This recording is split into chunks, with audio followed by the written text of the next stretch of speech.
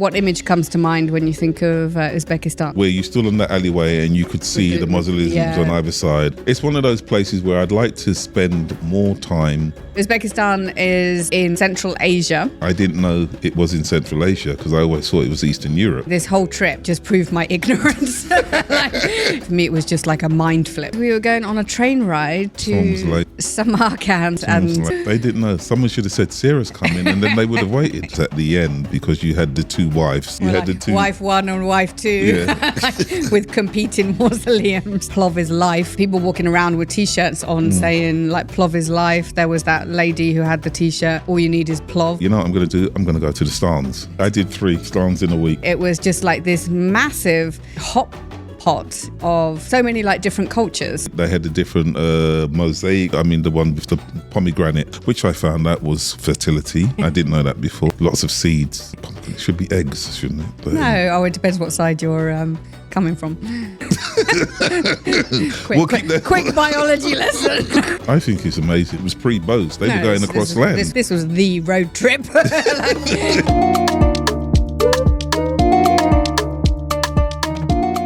Okay. So. Hello. Hello there, Sarah. Welcome to another episode of Bantering Across Borders. I'll leave it to you to do the intro. Thank you. You're the lady for that. So this is Bantering Across Borders, Series 2, and this is a part travel guide, part friendship diary. We're 2 best friends, and between us, we've been to over 100 countries, and we're going to be sharing our tips and tricks about our random escapades, going through some of the hidden gems that we found out on our travels, all the while unpacking what it means for us to be friends. Okay. And in today's episode, it's a bit of a new one for us, in that we're literally doing an episode on a trip that we've just come back from. So 10 days ago. 10 days ago. So in fact, I think the last time I saw you actually was in Tashkent. Yes. Right. I had to work out where Tashkent was for a second. But yes, Tashkent. Yes. Yeah. So we went to Uzbekistan rather randomly 10 days ago. And we took a very quick trip, or at least my part of the trip was very quick because you went and did all of the other stands. Only 3. I did 3 stands in a week. There's a joke there somewhere. I think I make myself laugh, but there you go. I'm thinking Laurel and Hardy or something with those are the stands I was thinking of. Yeah, exactly. But did you know why they're called stands? Yeah, stan means land. Land of. Land of, yeah. So it's land of the Tajiks and land of the Uzbeks and land of the Kurdistan. Kurdistan, land of the Kurds, land of the Tajiks, land of the Uzbeks, and land of the Afghans, yes, and land of the Tajikis, yes, and then the land of the Pakistan. I know. I was waiting for you to get there actually, because in English, like in British English, we don't call them what they are. Yeah, that's a sort of a terrible word, but actually, regionally, it's not. And they, I've had long discussions with people about this. That it's their land. It's their land, and we the Brits sort of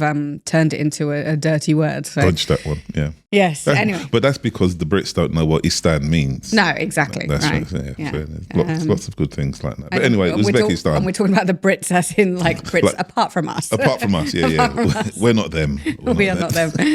So Uzbekistan. So Uzbekistan is in Central Asia. Which was another thing. I didn't know it was in Central Asia because I always thought it was Eastern Europe. Yeah, same here, right? I mean, I have to say this whole trip just proved my ignorance. Like, every step that I took Ditto. was just like proving how ignorant I was about this part of the world. And actually what I came away with from this trip is that a lot of the glory days and the innovation and the history of this region has been lost, sort of hidden under this the Soviet.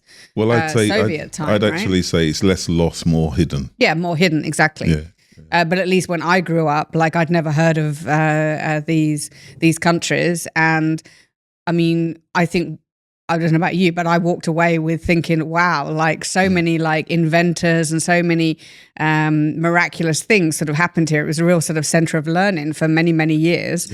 And nobody I would say, associates that part of the world with this, unless you come from there. It's all potatoes and concrete. I mean, that's what that's what we were spoon fed on the media growing up in Europe, in Western Europe. That it was, Russian dominated, concrete blocks and people queuing for potatoes and a loaf of bread. If I had to pick sort of one word for my few days in Uzbekistan, would be, for me, it was just like a mind flip.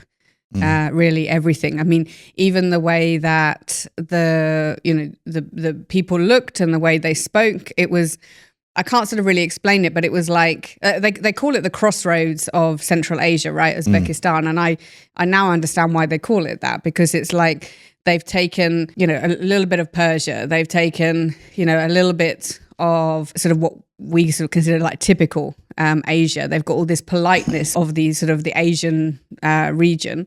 And then they've got this sort of almost sort of like Russian accent, and there's sort of Russian influences in the architecture. Yeah. Then they're speaking Arabic words in some cases, right? Well, yeah, because it's predominantly Muslim country. Yeah, exactly. And I didn't even realize that before I went. Yeah. So for me, it was just like this massive hot pot of bits and pieces from so many like different cultures. It was almost like one moment you'd be looking at this very, very Soviet era building, and the next minute, you'd be looking at this sort of, beautiful sort of Persian style mosque. And I didn't ever expect to see the two kind of within meters of each other, I guess. It was a very, very interesting experience. And how it came about, did I tell you how it came about? Was actually on the Thursday beforehand. I went to work and I was sitting in the office, and I had found out that we were having, the following Thursday was a holiday, and I didn't realise that until that Thursday.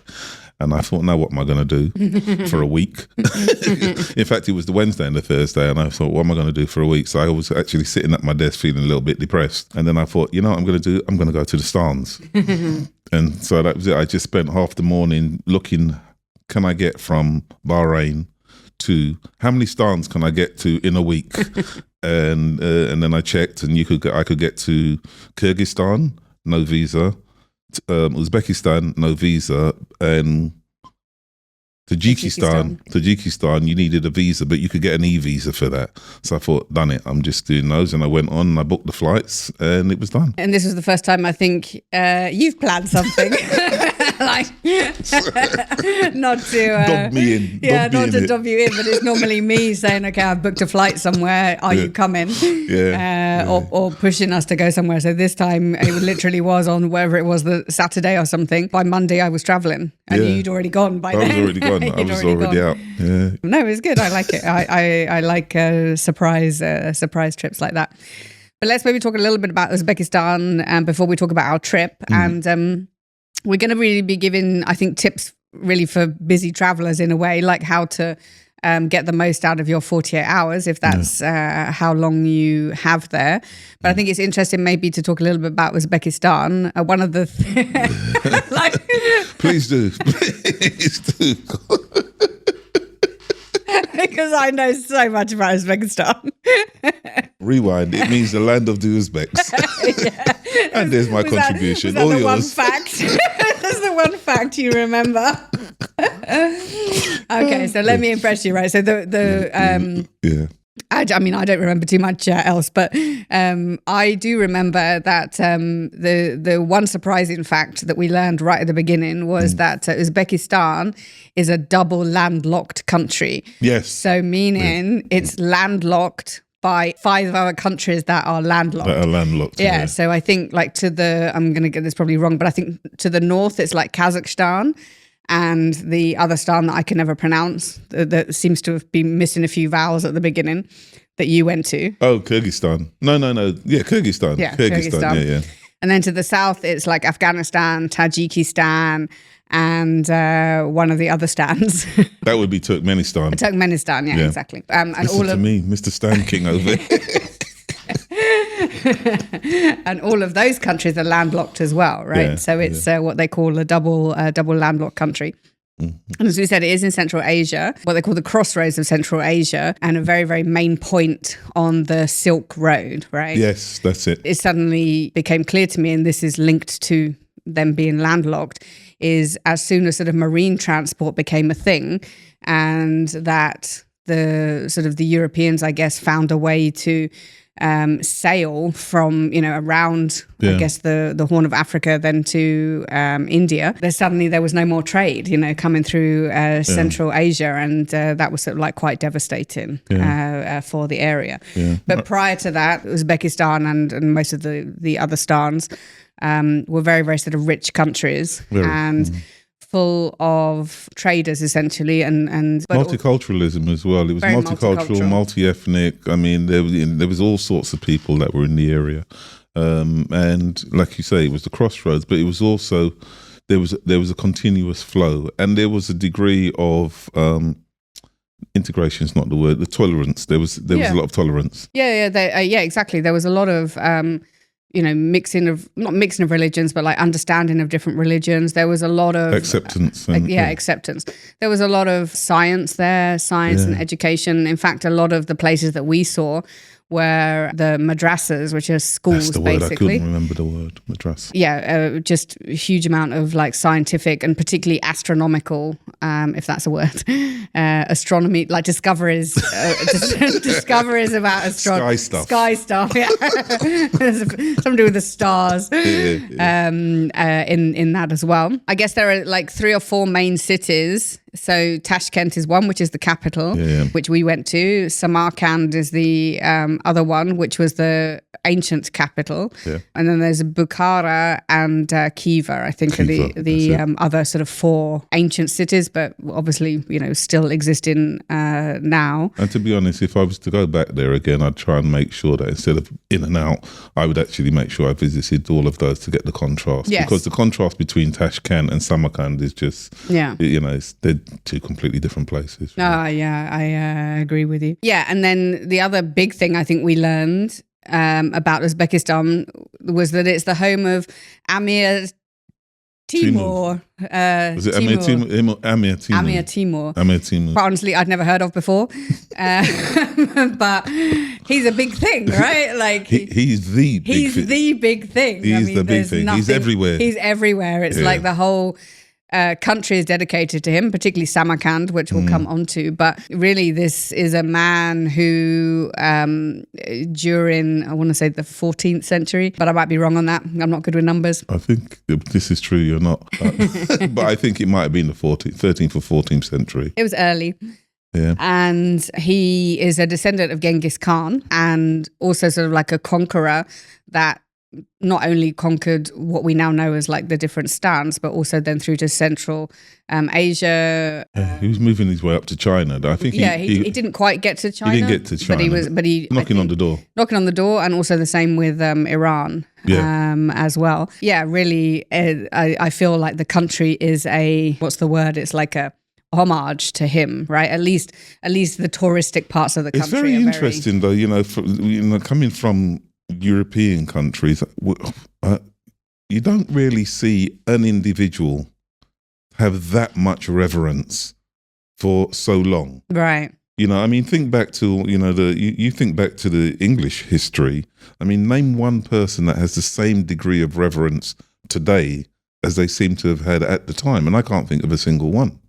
No. You go across all of the Europe, the only ones that get a lot of credit are the ones that were, bad buggers. Yeah. They're the ones that we think about a lot. But, the people that actually completely changed the country and extended it and, made it better. Because, again, that's what they did. I mean, they invested a lot in making the country better. Right. And, he was everywhere. He was everywhere. Absolutely everywhere. And everybody spoke highly of him. Very highly of him, right? And I think it also was his family. So he had sort of a dynasty after him. Yeah. One of whom, and I want to say like the great-great-grandson, but it could be great-great-great-grandson, when started off I think they call it like the Mughal Empire, and was responsible for building the Taj Mahal. That's right. I think he was the great-grandson. Yeah. So there's sort of there's links really, which again was also very interesting to sort of understand, how different parts of the world, link together. I think it's amazing as well in terms of, we can jump on a plane now and fly from,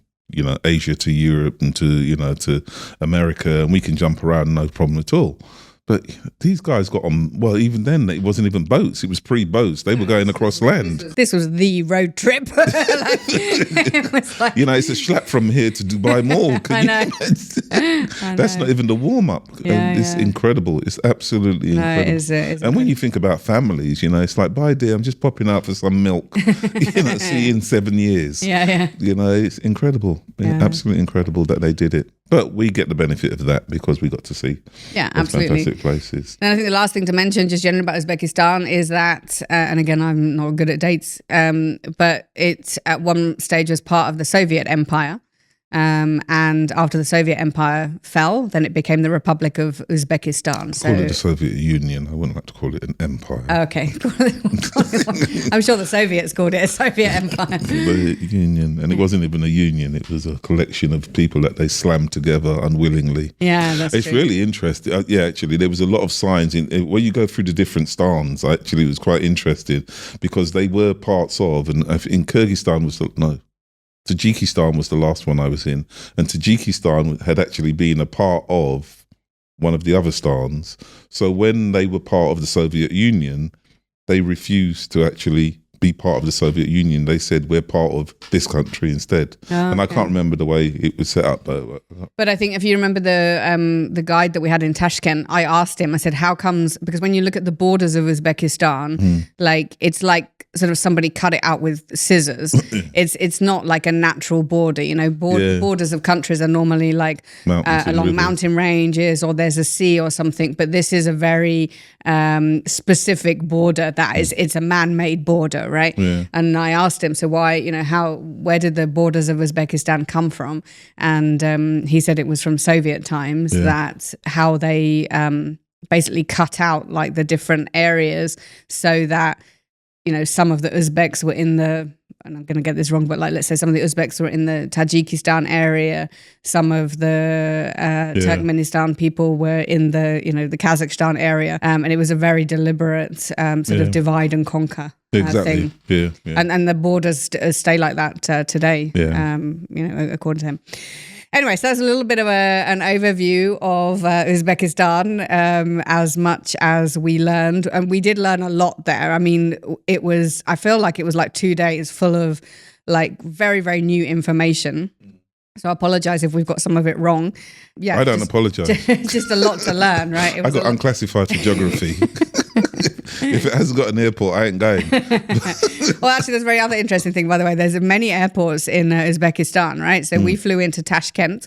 Or at least I flew into Tashkent. You flew into Tashkent I flew into Tashkent, yeah. So on TezJet. TezJet, yeah. That great airline I've never heard of. Yeah, I've never heard of that either. But there are actually quite a few other airports. I think there's another airport in Samarkand. I think there's one in Bukhara.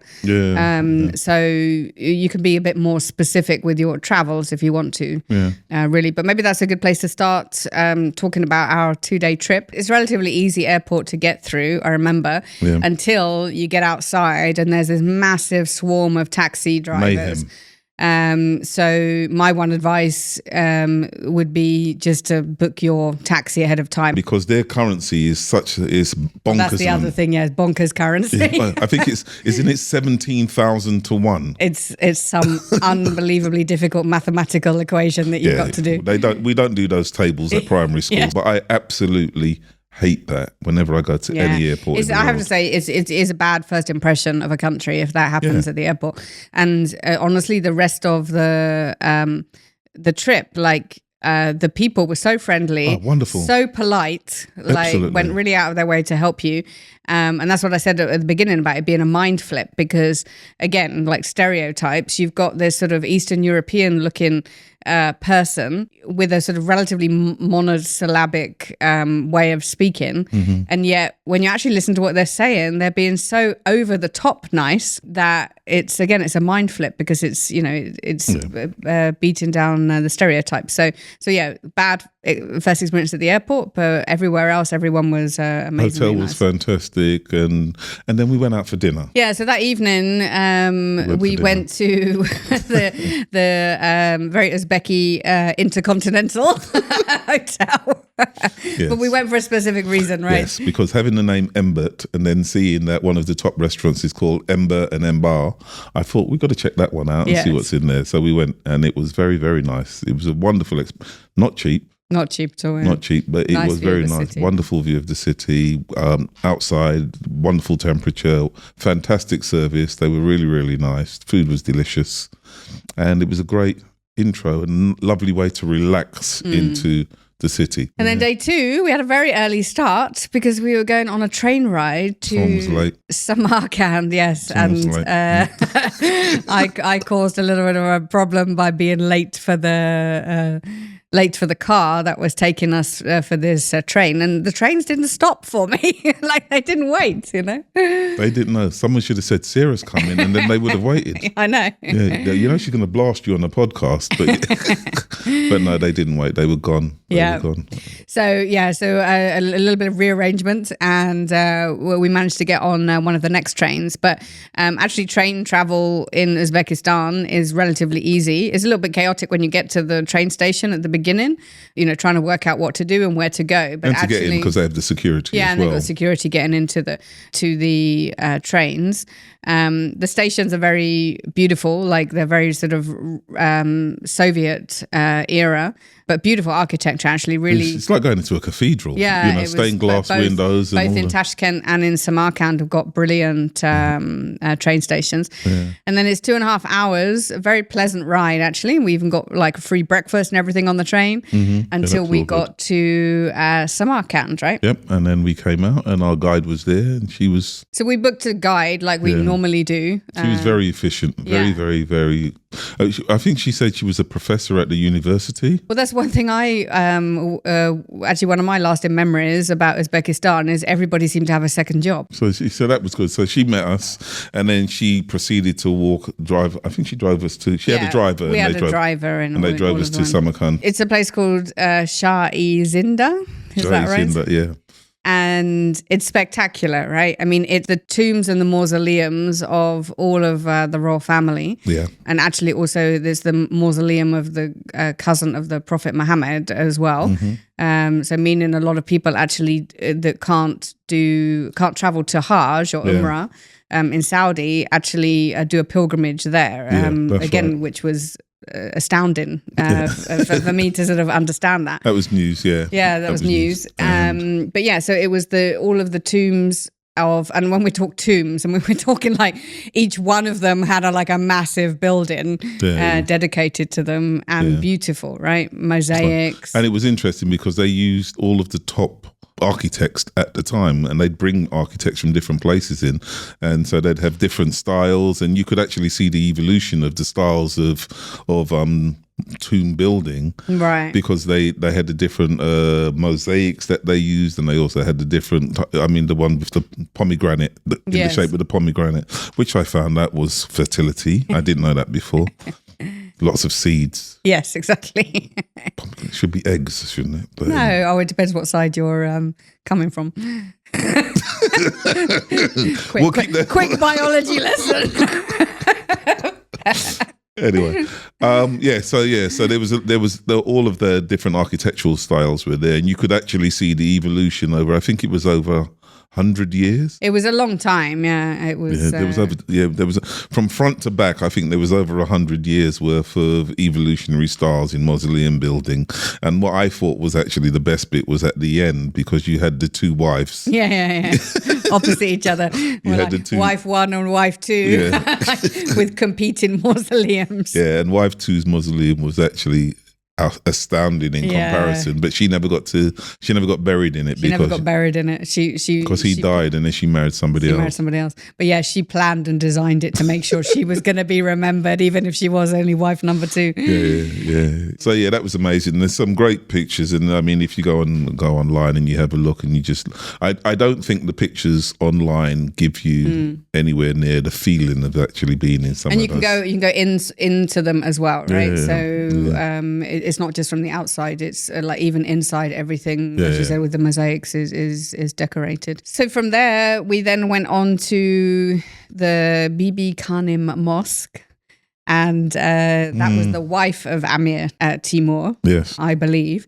One thing I remember specifically, just as a difference between Samarkand and Tashkent, which we went to the next day, is I was allowed to go into the mosques without, or everyone was allowed to go into the mosques without any head covering and abayas. And through the front door. And through the front door, yeah, Yes. exactly. Yeah. Whereas in Tashkent, I wasn't, right? It was a more sort of traditional way. So, Which was actually quite interesting as well, because of the fact that it was a Muslim country. You could see that they'd evolved is the wrong word, but relaxed. That's the in parts they'd relaxed to embrace the new tourism trade. right. But yeah, so they'd actually relaxed their ways to enable tourism to flourish.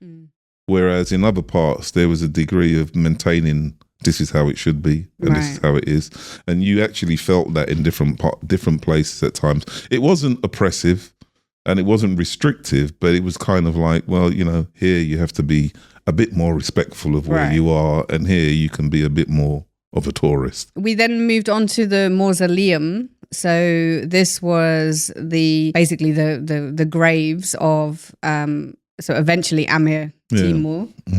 I always want to say Timu, which is the Chinese delivery one. I'm trying to be respectful and not say Timu. So, but it was also it was actually made for his grandson to begin with, because he lived to a good old age, if I remember rightly, and he had some of his children and grandchildren like die before him. But eventually, he was also buried there. And he, what was interesting about it, apart from the fact it's spectacular, right inside.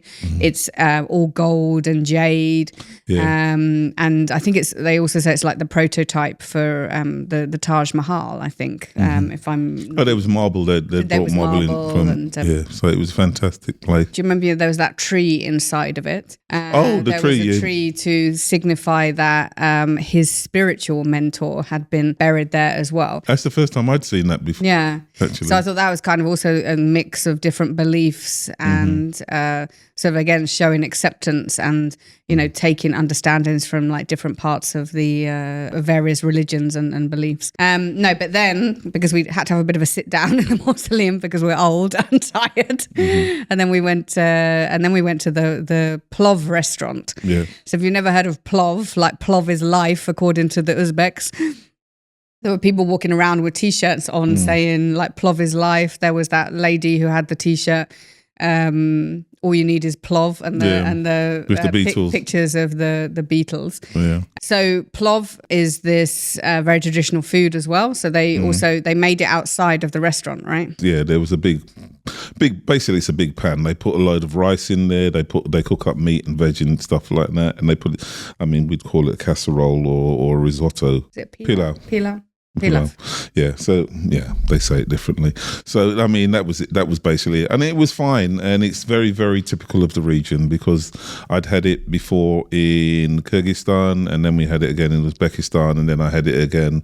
They made a big deal of taking me to the major plov restaurant when I went to Tajikistan, and it was like, we had it in every city basically. Yeah, that was a thing.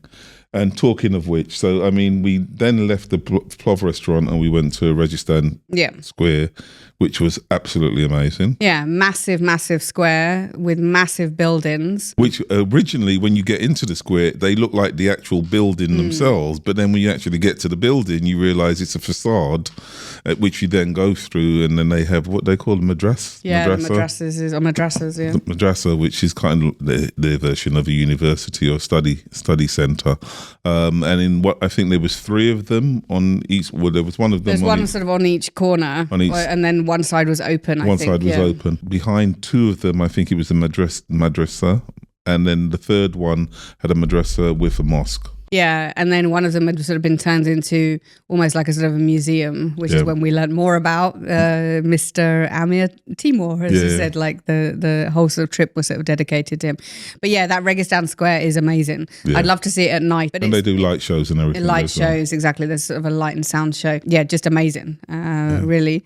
And then we did the market and headed back. But then we had to get up the next morning, and then I went and spent another 3 hours in the Tajikistan embassy. Yeah. So we only did a half-day tour of Tashkent, But obviously, if you're doing a 48-hour trip, then, you can also do like a day tour. Again, we had a driver and a tour guide, just really to sort of show us around. So we started off again in a plov restaurant. So there's a very sort of famous plov restaurant. Looks like almost like a German beer hall. Massive, right? It was actually interesting as well because in there they had about 6 or 7 different types of plov. Yeah, in Samarkand you were given what you were given. There was no choice. There was one meal. There was one dish. Yeah, but here there was lots of different types of plov, and we actually got to see them putting a plov together. Yeah, which was quite interesting. And then we ploved out and off. And then we headed off on our sightseeing tour. First place that we went to. So we went to the first place we went to was the Minor Mosque. So it was the White Mosque. So this is a relatively... Was it called a minor? Yeah. So they call it the White Mosque. They call it White Mosque, yeah. And this is a relatively new mosque, so it's only sort of 10 years old. Bad carpet. Yes, don't even like the carpets. Which I didn't like the carpet. Cheap. It looked cheap. But it's in a nice area. It's in a new part of town.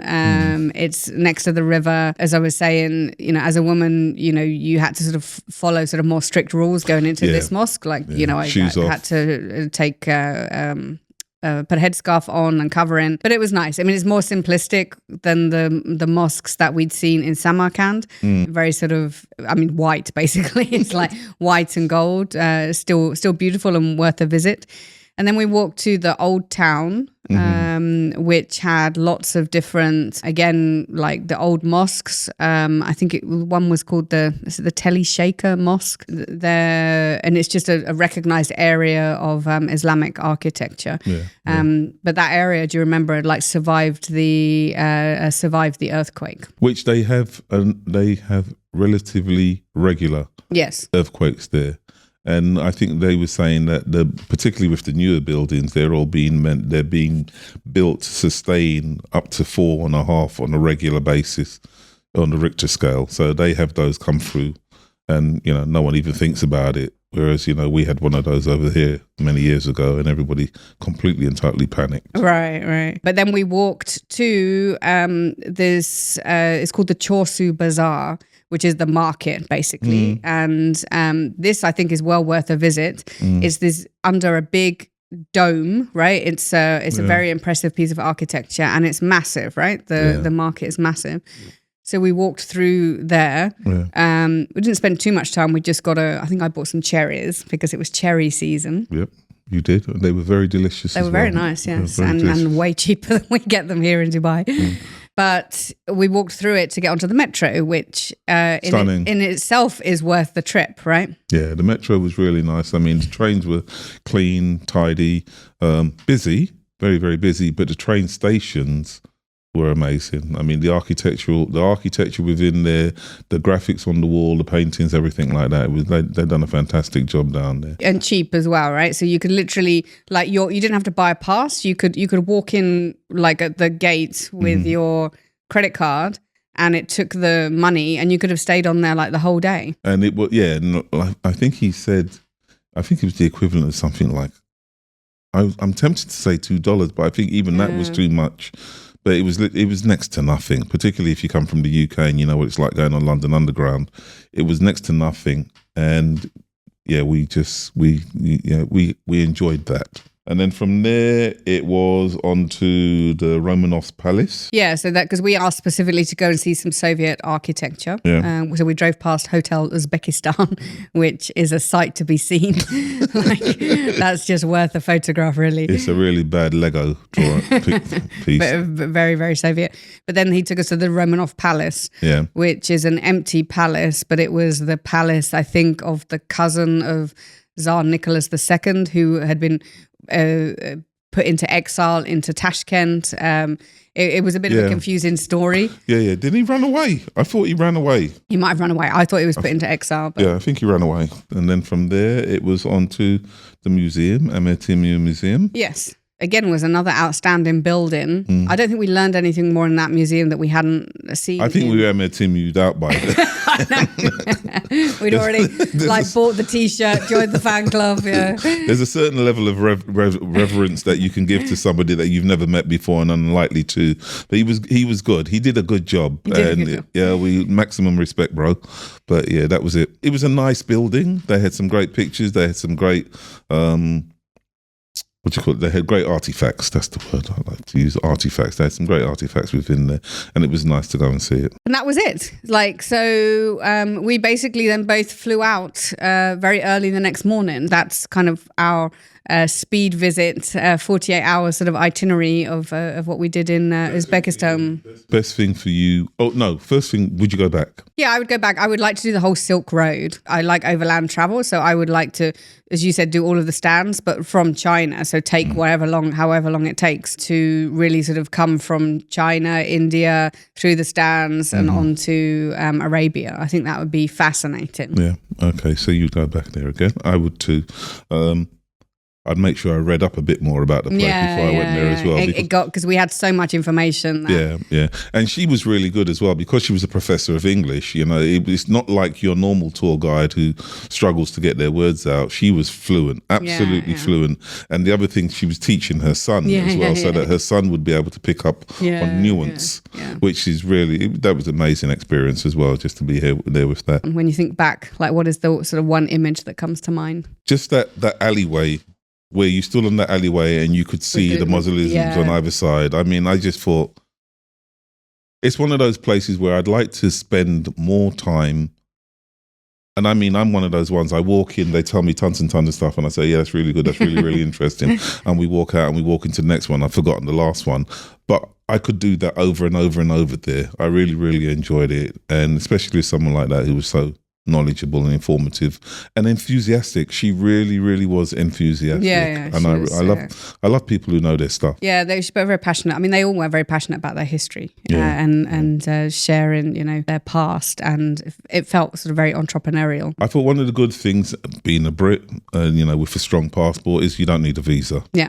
Like I say, Thursday morning, I decided I'm going to do the stands, and basically you can do that. Not everybody has that luxury. And again, one of the things is we're trying to encourage people to get out and travel.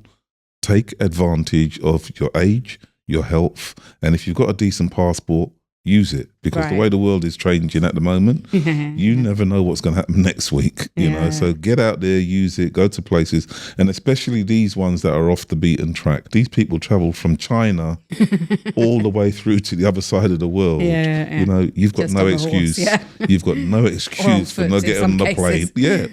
You know, you've got no excuse for not getting out there and seeing it. Go see it, enjoy it, learn.